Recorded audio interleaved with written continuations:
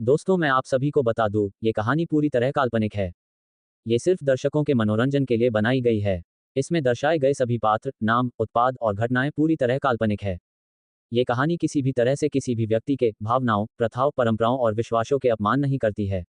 और इसमें सेक्सुअल और एडल्ट इत्यादि जैसे कहानी में बताए गए सभी चीजों का मात्र कहानी के लेखक द्वारा बनाई गई लेख की अपनी एक कल्पना है। तो दोस्तों, मैं आपको आगे बता दूं, अगर आप हमारे SK novel love story channel पर नए हैं तो वीडियो को भर भर लाइक और चैनल को सब्सक्राइब करना ना भूले। धन्यवाद। एपिसोड 41 सरिता जी की हैमशक्ल। प्रज्ञा के गुस्से में फोन काट देने पर कुणाल खुद से बोला, पता नहीं ये गुस्से में क्या कर दे, हमें जल्दी उसे कॉल करके बताना होगा, वही प्रज्ञा को अब शांत कर सकती है। फिर कुणाल ने किसी को कॉल किया और कॉल के उठते ही बोला, धृति जल्दी से प्रज्ञा को कॉल करो और कैसे भी करके उसके गुस्से को कम करो। कुणाल की बात सुन दूसरी तरफ से धृति बोली, पर भाई ऐसा क्या हुआ जो उसे गुस्सा आ गया है। धृति की बात पर कुणाल ने उसे सारी बात बताई तो वो थोड़ी हैरान और परेशान होते हुए बोली, क्या इस वजह से उसे गुस्सा आ रहा है? ठीक है, आप चिंता मत कीजिए, मैं उसे संभालती हूँ। फिर कुछ देर शांत हुई और कुछ सोच बोली, भाई मैं उसे संभालती हूँ, पर आप जल्दी से जाए और वहाँ कुछ ना हो इसका ख्याल रखें। धृति के बात पर कुणाल ने हाँ कहा और कॉल कट किया, जिसके बाद धृति जो अस्पताल में थी उसने काम है बोल वहाँ से जल्दी निकल गई। दूसरी तरफ प्रज्ञा जो कुणाल की बात सुन गुस्से में थी, वो अपने कैबिन में रखे कबर्ड से एक पिस्टल निकाला और अपने बैग में डाल ऑफिस से बाहर निकली ही थी कि तभी उसके सामने एक ब्लैक बगटी आकर खड़ी हुई, जिससे धृति बाहर निकली। धृति को वहां देख प्रज्ञा हैरानी के कंफ्यूजन आ गई, जिसे देख धृति बोली, यहाँ कुछ मत पूछो, हम अंदर बैठकर बात करते हैं। किसके बाद बिना कुछ बोले और प्रज्ञा को भी कुछ बोलने नहीं दिया और उसे खींचते हुए प्रज्ञा को लेकर प्रज्ञा के कैबिन के अंदर आ गई। धृति अंदर आते ही प्रज्ञा को चेयर पर बिठाकर उसके सामने खड़ी हो गई और उसे घूरने लगी। धृति को इसे घूरते देख प्रज्ञा को कुछ समझ नहीं आया और वो बोली, धृति ये सब क्या है और तुम्हें कैसे पता चला कि मैं यहाँ हूँ, जबकि मैंने तुम्हें यहाँ आने के बारे में बताया ही नहीं था। प्रज्ञा की बात सुन धृति थोड़े गुस्से में बोली, अच्छा तो तुम जानना चाहती हो कि मैं यहाँ कैसे? तो बता दूं, मेरा भाई तुम्हारा सीनियर है, तो मुझे अगर जानना हो तो उससे जान सकती हूँ। फिर प्रज्ञा के पास आकर उसे गले लगाकर बोली, मैं यहाँ इसलिए आई हूँ क्योंकि मैं नहीं चाहती कि तुम गुस्से में कोई ऐसी गलती कर दो जिसके लिए बाद में पछताना पड़े। धृति की बात सुन प्रज्ञा अचानक थोड़ी मायूस हो गई और रूंधे स्वर में बोली, अजीब है, जब से वो हादसा हुआ था और मेरी वजह से तुम्हारी जिंदगी में इतना बड़ा तूफान आया, तब से तुम मुझे संभालने लगी हो। प्रज्ञा की दर्द भरी आवाज सुन धृति उसे सीने से लगाकर शांत करते हुए बोली, यार तू जानती है कि मैं आज भी वो सब होने का कारण तुम्हें नहीं मानती, पर गुस्से में लिया हुआ कोई भी फैसला सही नहीं होता। धृति की बात सुन प्रज्ञा कुछ नहीं बोली, वो बस धृति को पकड़ बैठी रही। दूसरी तरफ एक खाली जमीन से थोड़े ही दूरी पर कुछ का काफिला खड़ा था, जिसमें से बिच के का के अंदर रंजीत बैठकर सिगरेट का कश लेते हुए फोन देखे जा रहा था। जब सिगरेट खत्म हुआ तो वो का से बाहर आया और उस खाली जमीन को देख बोला, जल्द ये जमीन मालिक के पास होगी और मेरे हेल्प से उन्हें ये जमीन मिलेगी तो मेरा भी अच्छा फायदा हो जाएगा। वो ये सब खुद से बोल ही रहा था कि तभी उसका एक आदमी आया और बोला, साहब आपने जो बुलडोजर मंगवाया था वो आ गए हैं। उस आदमी की बात सुन रंजीत के होठों पर एक शातिर मुस्कान आया और बोला, अच्छी बात है, अब इस जमीन को हमारे होने से कोई नहीं रोक सकता। उसने इतना कहा ही था कि तभी वहां वो लड़का आया जो जमीन पर नजर रख रहा था। वो जल्दी से आकर बोला, साहब जल्दी देखिए, वहां कुछ लोग आए जिसके साथ पुलिस भी है। उस आदमी की बात सुन रंजीत की आंखें बड़ी हुई और वो हैरानी और गुस्से में बोला, क्या ये कैसे हो सकता है? हमने तो इसके बारे में किसी को बताया भी नहीं और इतनी जल्दी किसी को भी ये बात कैसे पता चल सकता है? रंजीत की बात पर उसके आदमियों को समझ नहीं आ रहा था कि वो सब क्या कहें, पर इससे रंजीत को बहुत गुस्सा आ था और वो गुस्से में बोला, हम अभी के लिए किसी के सामने नहीं आना चाहते और अब इस नायक परिवार से मेरे धोखे के साथ इस गद्दर का भी बदला लेंगे। इसके बाद रंजीत फिर से का में बैठा और का की पूरी काफिला वहां से निकल गया। वही हजारों किलोमीटर दूर कैलिफोर्निया में एक बड़े पैलेस जैसे घर में एक लड़की खाने के डिनिंग टेबल पर सबके लिए खाना लगा रही थी कि तभी वहां पर एक 3 साल का बच्चा अपने पिता के गोद में बैठ गाना गाते हुए आया, जिसे सुन वो लड़की मुस्कुरा दी। फिर वो लड़की उन दोनों को डिनिंग टेबल पर बैठने का इशारा करते हुए बोली, अरे वाह, आज कुछ स्पेशल है क्या जो मेरा छोटा शेर ऐसे गुनगुना रहा है? उस लड़की की बात पर वो बच्चा अपने तोतली आवाज में बोला, मम्मा वो क्या है ना, हम 2 दिन बाद यहाँ से जा रहे हैं और अब हमें नए दोस्त मिलेंगे, बस इसलिए। उस बच्चे की बात पर वो लड़की मुस्कुरा दी कि तभी वो लड़का बोला, वैसे नमी क्या आप श्योर हैं कि अब आप वापस इंडिया जाना चाहती हैं? वही उस लड़की नमी को पास से देखने पर उसकी शक्ल हुबहू सरिता जी से मत रही थी।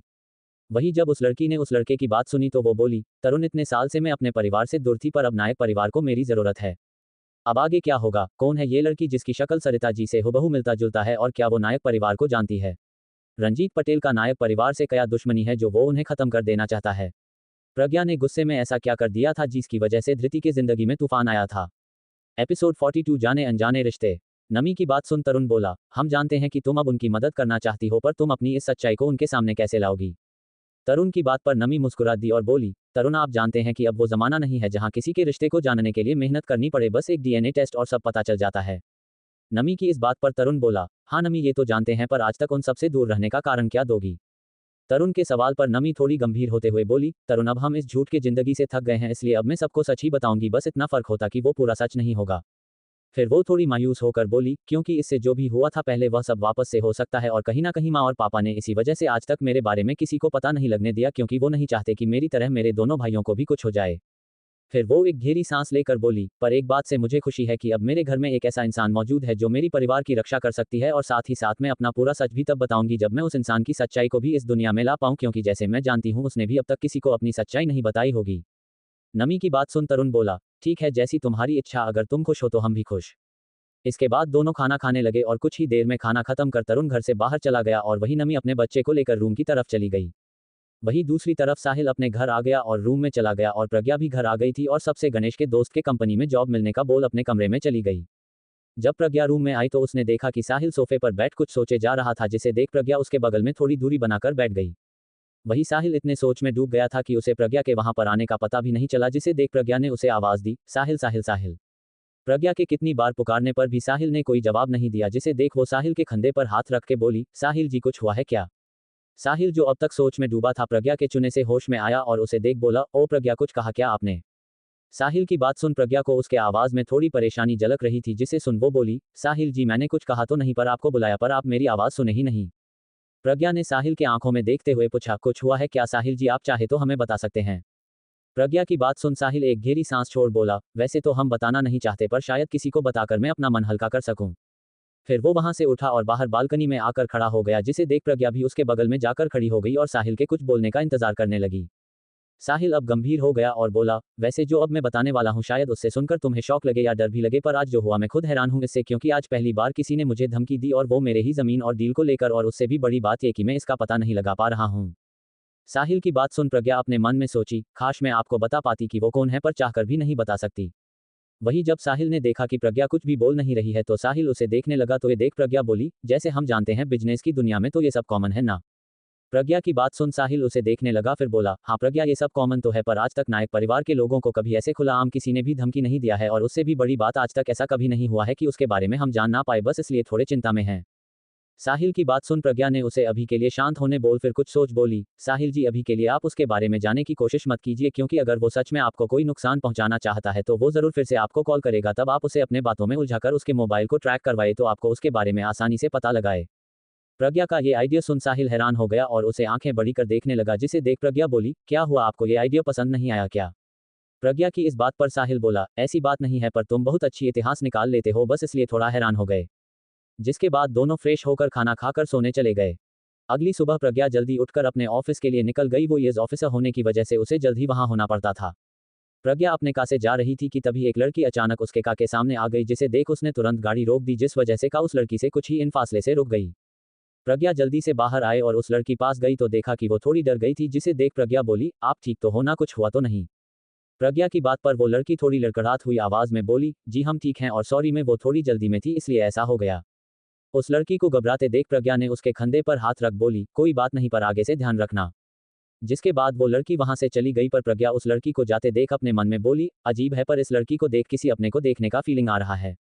अब आगे क्या होगा? प्रज्ञा उस लड़की को देख एक जाना अनजाना सा रिश्ते का आभास क्यों हो रहा है?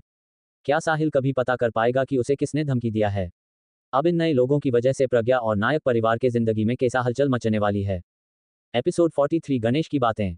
प्रज्ञा ने उस लड़की के जाते ही कार में बैठ वहां से चली गई, वही वो लड़की उस जगह से थोड़े दूर खड़े कार में आकर बैठ गई।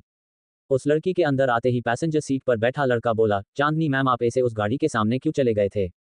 हाँ, वो लड़की जो प्रज्ञा के कार के सामने आई थी वो कोई और नहीं बल्कि चांदनी ही थी। उस लड़के की बात पर चांदनी बोली, युग हमने ये इसलिए किया क्योंकि इस लड़की को हम डायरेक्ट नहीं मारेंगे, बल्कि उसके घर को बर्बाद कर फिर उससे अपने पापा की बदला लूंगी। चांदनी की बात सुन युग थोड़े हैरान होते हुए बोला, मतलब आपने कुछ प्लान किया है जिससे आप बदला लेंगी? युग की बात पर चांदनी ने सिर्फ एक रहस्य भरी मुस्कान लेकर कार की खिड़की के बाहर देखने लगी। वही इधर प्रज्ञा अपने ऑफिस आए और उस शख्स के बारे में जानने लग गई और साथ ही वहां के कुछ फाइल्स को पढ़ने में बिजी हो गई। वो सब देखने में वो खो गई थी और कुछ देर ही उसने काम किया था कि तभी उसका फोन बजा तो देखा कि गणेश का कॉल आ रहा था। ये देख प्रज्ञा ने फोन उठाया और बोली, अरे भाई आज हमारी याद कैसे आए आपको? प्रज्ञा की इस बात को सुन गणेश हंस दिया और बोला, अरे हम तो आपको हर दिन याद करते हैं, बस इतना फर्क है कि पहले रोज आपकी आवाज सुनने को मिलता है, पर अब एक दो बार ही मिले हैं। गणेश की बात सुन प्रज्ञा मुस्कुरा दी और बोली, ठीक है भाई हम समझ गए, पर आपने हमें अभी क्यों कॉल किया है? प्रज्ञा के पूछने पर गणेश बोला, हमें पता लगा कि आपकी नौकरी शुरू हो गई है और इसी बात पर आपसे कुछ बात करनी है, आप अभी घर आ सकती हैं क्या? गणेश की बात पर प्रज्ञा कुछ सोचने लगी, फिर हाँ बोली और कॉल कटकर गणेश के घर की तरफ चली गई। यहाँ दूसरी तरफ साहिल अपने कैबिन में बैठ कल आए धमकी के कॉल के बारे में सोच रहा था कि तभी वहां पर अभय थोड़े हड़बड़ी में आया और बोला, सर आपको एक जरूरी बात बतानी थी। अभय को ऐसे जल्दबाजी में देख साहिल बोला, अरे पर हुआ क्या जो ऐसे हड़बड़ा रहे हो? साहिल की बात पर अभय बोला, सर जो प्रोजेक्ट कल आज से शुरू होना था उसके लिए आज एक पूजा है जो कुछ ही देर में है, पर मिस्टर अमन कॉल नहीं उठा रहे हैं। अभय की बात सुन साहिल थोड़ा हैरान हुआ और बोला, अगर कॉल नहीं उठा रहे तो उनके पीए को कॉल करो। साहिल के बात पर अभय बोला, हमने कॉल किया था पर उन्होंने कहा कि कुछ दिनों से वो ऑफिस नहीं आ रहे हैं और साथ ही वो किसी का कॉल भी नहीं उठा रहे हैं।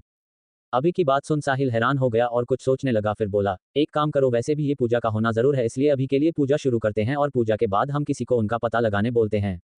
साहिल की बात पर अभय ने हाँ बोला, जिसके बाद साहिल ने पूछा, वैसे पता चला कि वो शख्स कौन था जिसने हमें कॉल किया था? साहिल के इस सवाल पर अभय थोड़ा मायूस होते हुए बोला, सॉरी सर, हमने बहुत कोशिश किया पर उस शख्स का पता नहीं लगा पा रहे हैं। अभय की बात सुन साहिल कुछ सोचने लगा, फिर अभय को देख उसे प्रज्ञा का पूरा प्लान बताया और बोला, हम उसे पकड़ेंगे, ठीक है? साहिल के इस प्लान को सुन अभय हैरान हो गया और बोला, अरे वाह सर, आपने तो बहुत ही बढ़िया प्लान सोचा है। अभय की बात सुन साहिल के होठों पर एक हल्का सी मुस्कान आया और बोला, प्लान तो बढ़िया है पर यह हमारा नहीं, प्रज्ञा का प्लान था।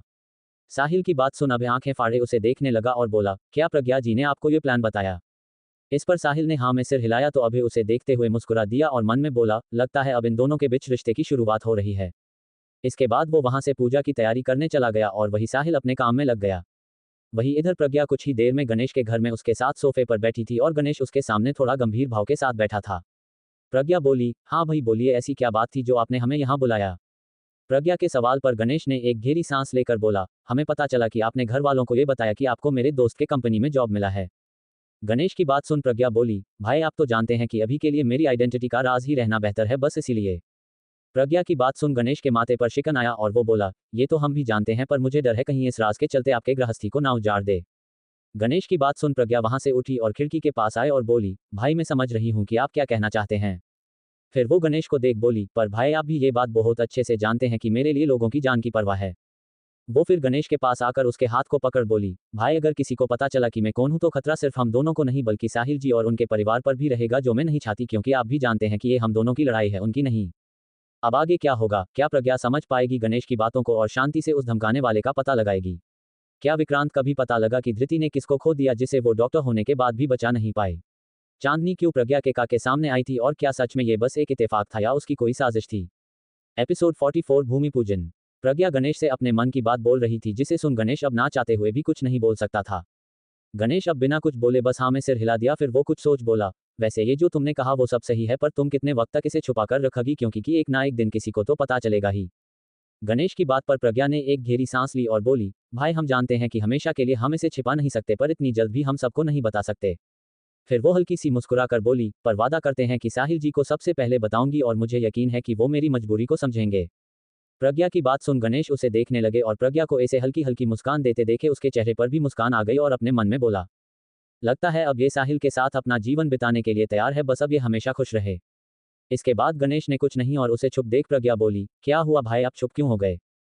प्रज्ञा के सवाल पर गणेश मुस्कुरा दिया और बोला, हमें कुछ नहीं, बस आपको देख रहे थे कि आजकल तुम बहुत ही बदली बदली लग रही हो। गणेश की बात सुन प्रज्ञा कंफ्यूज होकर उसे देखने लगी तो गणेश बोला, हम ये इसलिए कह रहे हैं क्योंकि आजकल थोड़ा ही सही पर साहिल को याद करती हैं और जब उसके बारे में बात करती हो उस वक्त तुम्हारे चेहरे पर एक अलग ही तेज दिखाई देने लगता है। गणेश की बात सुन प्रज्ञा को थोड़ा ऑकवर्ड महसूस होने लगा और वो इधर उधर देखने लगी और अपने मन में बोली, ये हो क्या गया है मुझे, मैं क्यों उनके बारे में बात करती हूँ और हर बार कहीं ना कहीं उन्हें ला देती हूँ। इधर दूसरी तरफ रंजीत उसके मुंबई के विला में बैठा कल जो हुआ था उसके बारे में सोचने लगा और खुद से बोला, वो पुलिस ऑफिसर कहाँ से आए थे, क्योंकि जितना पता लगाया था उस साहिल के बारे में वो तो हर सिचुएशन को खुद ही सुझाने आता है, तो कल वहाँ वो सब कैसे हुआ? वो ये सब सोच ही रहा था कि तभी उसका एक आदमी वहाँ जल्दबाजी में आया और हफ्ते हुए बोला, सर वो जो जमीन थी उसका वो। इससे आगे वो आदमी कुछ बोलता इससे पहले ही रंजीत बोला, अरे ओए थोड़ा शांत हो जा फिर बोल, वरना तेरी बात मुझे समझ नहीं आने वाला। रंजीत की बात सुन वो आदमी खुद को शांत करने लगा, फिर बोला, सर वो जो जमीन थी उसका वो लोग आज भूमि पूजन करवाने वाले हैं। उस आदमी की बात सुन रंजीत की आंखें छोटी हो गई और वो कुछ सोचने लगा, फिर बोला, अच्छा ऐसी बात है तो करने दो, जो करना है हम भी देखते हैं कितने वक्त तक उस प्रोजेक्ट को करने के बारे में सोचते हैं। रंजीत की बात को वो आदमी समझ नहीं पाया पर उसे पता था कि अगर उसने रंजीत से इसके बारे में पूछेंगे तो उसका प्रकोप झेलना पड़ेगा। वो आदमी वहां से चला जिसके जाते ही रंजीत का चेहरा शांत से गुस्से में बदल गया था और खुद से बोला, लगता है इसे कोई फर्क ही नहीं पड़ता है हमारे धमकी का, इसलिए उस जमीन पर अब भी प्रोजेक्ट करने के बारे में सोच रहा है। फिर वो कुछ सोच अपना फोन निकाला और किसी को कॉल किया। जब पिक हुआ तो उस तरफ से एक लड़के की आवाज आई, हाँ छोटे बोल क्या हुआ। इस आवाज को सुन रंजीत बोला, भाई मुझे ना आपकी एक हेल्प चाहिए, मतलब बस एक एडवाइस चाहिए था। रंजीत की बात पर दूसरी तरफ से आवाज आया, हाँ पूछ छोटे क्या पूछना है तुझे। रंजीत अपने भाई के पूछने पर उसे कल जो भी हुआ उसके बारे में बताया। फिर बोला, भाई अब हमें समझ नहीं आ रहा कि उसे कैसे बिना चोट पहुंचाए रास्ते से हटाएं। रंजीत की पूरी बात सुन उस तरफ से थोड़ी देर सन्नाटा था। फिर उसने रंजीत को कुछ बताया जिसे सुन रंजीत के होठों पर एक खतरनाक मुस्कान आया। उसकी भाई की सारी बात सुनने के बाद कुछ देर बात कर दोनों तरफ से फोन कट हो गया, जिसके बाद रंजीत बोला, अब हम भी देखते हैं कि कैसे वो प्रोजेक्ट पूरा होगा। वहीं दूसरी तरफ इस सबसे अनजान साहिल और उसके कंपनी के लोगों ने इस पूजा के लिए उस जमीन के पास सारी तैयारी कर रहे थे। साहिल भी इस पूजा में बैठने वाला था क्योंकि ये उसकी ही जमीन थी जिस पर वो अपना नया प्रोजेक्ट पर इन्वेस्ट कर रहा था। वैसे तो उसका ना ही इन्वेस्टमेंट की कंपनी थी और ना ही बिल्डर्स की कंपनी, पर उसके पापा चाहते थे कि इस जमीन पर एक ऐसा हॉस्पिटल खोलें जहां सबकी अच्छी ट्रीटमेंट हो और किसी को भी उस एरिया से दूसरी एरिया तक जाने की जरूरत ना पड़े। इसी वजह से रमन, जो एक इन्वेस्टमेंट ग्रुप का सीईओ था, उसके साथ मिलकर उसके पापा का सपना पूरा कर रहा था। कुछ ही देर में पूजा के लिए सब तैयार हो गया था और पंडित जी भी आ गए और साहिल ने पूजा शुरू करने के बोल दिया। इसके बाद पूजा शुरू हुआ जहां उसने भूमाता को पूजा कर फिर कुछ वक्त और पूजा हुआ, जिसके बाद पहले पत्थर को पूजा कर जमीन के अंदर लगा दिया और इसी के साथ भूमि पूजन खत्म हुआ। भूमि पूजन के होने के बाद साहिल ने खुद वहां आए सबको प्रसाद दिया, फिर खुद भी खाकर पूजा को अच्छी तरह से खत्म किया। सब खत्म होने के बाद सब वहां से जाने लगे और साहिल जाते हुए अपने मन में बोला, बस अब सब ऐसे है अच्छे तरह से बिना कोई विघ्न के हो जाएं। अब आगे क्या होगा, क्या भूमि पूजन के साथ साहिल के प्रोजेक्ट की शुरुआत हुआ है या किसी और ही खतरे की शुरुआत। इस भूमि पूजन के बारे में जानकर रंजीत पटेल अब क्या करेगा। क्या प्रज्ञा अपने इस राजों को हमेशा के लिए साहिल और उसके परिवार से छिपा पाएगी। एपिसोड 45 रमन लपटा। प्रज्ञा जो गणेश का साथ बैठी थी, अचानक उसका फोन बजने लगा, जिसे सुन उसने फोन उठाया तो दूसरी तरफ से एक लड़के की आवाज आई, हेलो मैम। उस लड़के की आवाज सुन प्रज्ञा बोली, विवेक बोलो क्या हुआ। इस पर दूसरी तरफ से विवेक बोला, मैम जैसा आप चाहते थे वैसा ही सब अच्छे से हो गया है। विवेक की बात सुन प्रज्ञा के होठों पर एक मुस्कान आया और वो बोली, ठीक है विवेक, और उनका ध्यान रखना, उन्हें एक खरोच भी ना हो इसका ध्यान रखना। प्रज्ञा की बात पर विवेक ना हाँ बोल कॉल कट किया, जिसके बाद गणेश ने पूछा, कौन था और किसका ख्याल रखना है। गणेश के पूछने पर प्रज्ञा बोली, भाई आप तो जानते हैं कि सीनियर से बोलकर साहिल के प्रोजेक्ट के लिए अप्रूवल दिलवाया था। प्रज्ञा की बात पर गणेश ने हाँ में सिर हिलाया तो वो बोली, तो वो क्या है ना भाई, आज से इस प्रोजेक्ट की शुरुआत हुई है और वो भी उसे जमीन की भूमि पूजन से। प्रज्ञा की बात सुन गणेश के चेहरे पर मुस्कान आया और वो बोला, मतलब अब हमारे मकसद के ओर हमने दूसरा कदम रख लिया है और अब हमें कोई रोक भी नहीं सकता है। गणेश की बात पर प्रज्ञा भी मुस्कुराते हुए हाँ में सिर हिलाया, फिर कुछ सोच वो थोड़ी गंभीर हो गई, जिसे देख गणेश ने पूछा, क्या हुआ, आप ऐसे सीरियस क्यों हो गई। गणेश के इस सवाल पर प्रज्ञा ने एक गहरी सांस ली और बोली, भाई ये सच है कि हमारे मकसद के ओर हमने दूसरा कदम रखा है, पर साथ ही अब खतरा भी बढ़ता जा रहा है, और वो भी सिर्फ मेरे और आप पर ही नहीं बल्कि साहिल और उसके परिवार के ऊपर भी। प्रज्ञा की बात सुन गणेश भी थोड़े चिंता में पड़ गया और बोला, ये तो तुमने सही कहा है और अब हमें उनके सेफ्टी का भी ध्यान रखना होगा हमें। गणेश की बात पर प्रज्ञा ने हाँ में सिर हिला दिया, जिसके बाद कुछ देर बात कर फिर शाम होने पर वो वहां से सीधा घर के लिए निकल गई। इधर दूसरी तरफ चांदनी जंगल के रास्ते पर खड़ी थी और देखकर लग रहा था जैसे वो किसी का इंतजार कर रही थी। वो कड़ी इंतजार कर ही रही थी, वहां पर एक गाड़ी आती दिखाई दी, जिसे देख चांदनी अचानक बेहोश हुई और गाड़ी के नीचे आने वाली थी कि उससे पहले ही वो गाड़ी रुक गई। उस गाड़ी के रुकते ही उससे एक लड़की बाहर आए और चांदनी के पास आए और नीचे बैठ चांदनी को होश में लाते हुए बोली, अरे आप ठीक तो है ना, सुनिए आपको मेरी आवाज सुनाई दे रही है मिस, उठिए मिस। उस लड़की के कितनी बार उठाने पर भी चांदनी नहीं उठी, जिसे देख उस लड़की ने चांदनी को सहारा दिया और अपने काम में बिठाकर वहां से चली गई। कुछ देर बाद नायक विला के सामने एक का आकर रुका, जिसमें से प्रज्ञा जल्दी से बाहर निकली और घर के अंदर गई और एक नौकर को बुलाए और बोली, किशन काका आपकी एक मदद चाहिए, चलिए मेरे साथ। प्रज्ञा के बुलाने पर किशन काका जल्दी से उसके पीछे आए और देखा कि प्रज्ञा किसी बेहोश हुई लड़की को से बाहर निकाल रही थी। ये देख वो डर गए पर कुछ बोल नहीं पाए, पर प्रज्ञा की मदद करने से घबरा भी रहे थे। जब प्रज्ञा ने देखा कि किशन काका उसकी मदद नहीं कर रहे तो उसने उन्हें देखा तो उनके आंखों में सवाल और डर देख वो समझ गई कि क्या हुआ उन्हें, इसलिए वो बोली, काका आपको डरने की जरूरत नहीं है, हमने इसे कुछ नहीं किया है, ये लड़की बस रास्ते में बेहोश पड़ी थी, जिसे देख मुझे लगा कि इसे कुछ होगा इसलिए मैं इसे यहाँ लेकर आई। प्रज्ञा की बात सुन अब किशन काका को थोड़ी राहत मिली और वो बोले, माफ कर दीजिए छोटी मालकिन, हमें पता नहीं था। जिसके बाद दोनों ने मिलकर उस बेहोश लड़की को अंदर ले आए और प्रज्ञा ने काका के मदद से उसे गेस्ट रूम में लेटा दिया। जिसके बाद उसने डॉक्टर को कॉल किया और उन्हें आने बोल वो डॉक्टर के आने का इंतजार करने लगी कि तभी वहां पर हरीश आया। हरीश ने जब प्रज्ञा को गेस्ट रूम में देखा तो उसने पूछा, भाभी आप यहाँ गेस्ट रूम में क्या कर रही हैं। हरीश के सवाल पर प्रज्ञा कुछ बोलती उससे पहले हरीश की नजर उस लड़की पर पड़ी जो बेहोश थी और उसके मुंह से निकला, ये लड़की और वो भी यहाँ। हरीश की बात सुन प्रज्ञा उसे देखने लगी और बोली, क्या हुआ, तुम इस लड़की को जानती हो। प्रज्ञा के सवाल पर हरीश बोला, हाँ भाभी मैं इस लड़की को जानता हूँ, कुछ दिन पहले ये विक्रांत भाई के पार्टी में घुस गई थी, फिर मुझे ही एटीट्यूड दिखाने लगी थी। हरीश की बात सुन प्रज्ञा को थोड़ी हंसी आई, जिसे देख हरीश उससे कुछ बोलने ही वाला था कि तभी प्रज्ञा का फोन बजा। प्रज्ञा ने अपना फोन देखा तो उसमें साहिल का कॉल आ रहा था, जिसे देख वो थोड़ी हैरान हुई, पर फिर कुछ सोचकर उसने कॉल उठाया। उसके कॉल उठाने पर दूसरी तरफ से साहिल की आवाज आई, प्रज्ञा क्या तुम फ्री हो, कुछ अर्जेंट बात करनी है। साहिल की बात सुन प्रज्ञा बोली, हाँ साहिल जी हम फ्री हैं, कुछ हुआ है क्या। इस पर साहिल बोला, हाँ वो हमें जानना था कि क्या रमन ने तुम्हें कॉल या मैसेज किया था इन 2-3 दिनों में। साहिल को रमन के बारे में पूछते देख प्रज्ञा कंफ्यूज हो गई और बोली, साहिल आप रमन के बारे में हमसे क्यों पूछ रहे हैं, जैसे हम जानते हैं वो तो आपके साथ ही उस प्रोजेक्ट पर काम कर रहा है ना। प्रज्ञा की बात पर साहिल बोला, हाँ प्रज्ञा वो हमारे साथ ही उस प्रोजेक्ट में काम कर रहे हैं, पर कुछ 2-3 दिनों से वो ना ही किसी कॉल उठा रहे हैं और ना ही काम पर आए हैं। साहिल की बात सुन प्रज्ञा हैरान हो गई और बोली, क्या मतलब वो अभी आपके साथ नहीं है। प्रज्ञा के पूछने पर साहिल ने ना में जवाब दिया, जिसे सुन वो कुछ सोच बोली, साहिल जी आप उसका पता लगाने की कोशिश कीजिए, हम भी तब तक उसके बारे में पता लगाने की कोशिश करते हैं। प्रज्ञा के बात पर साहिल हाँ बोला, जिसके बाद दोनों ने फोन कट कर दिया। जिसके बाद प्रज्ञा रमन के बारे में सोचते हुए अपने मन में बोली, अब ये रमन कहाँ चला गया, बिना मुझे कुछ कहे तो वो कहीं जाता भी नहीं, तो अब कहाँ चला गया। अब आगे क्या होगा, कहाँ चला गया है रमन, और क्या प्रज्ञा और साहिल उसे ढूंढ पाएंगे। क्या चांदनी को अपने घर लाकर प्रज्ञा ने सही किया है या इससे कोई मुसीबत आने वाली है। क्या साहिल को कभी पता चलेगा कि उसे इस प्रोजेक्ट में रमन के अलावा कोई और भी मदद कर रहा है जिसके साथ उसका रिश्ता है। दोस्तों आपको ये स्टोरी कैसा लगा है, हमें उम्मीद है कि आप लोगों जरूर अच्छा लगा होगा, तो आप लोग लाइक कमेंट सब्सक्राइब करना ना भूले ताकि हमारा स्टोरी सबसे पहले आप तक पहुंचे। धन्यवाद।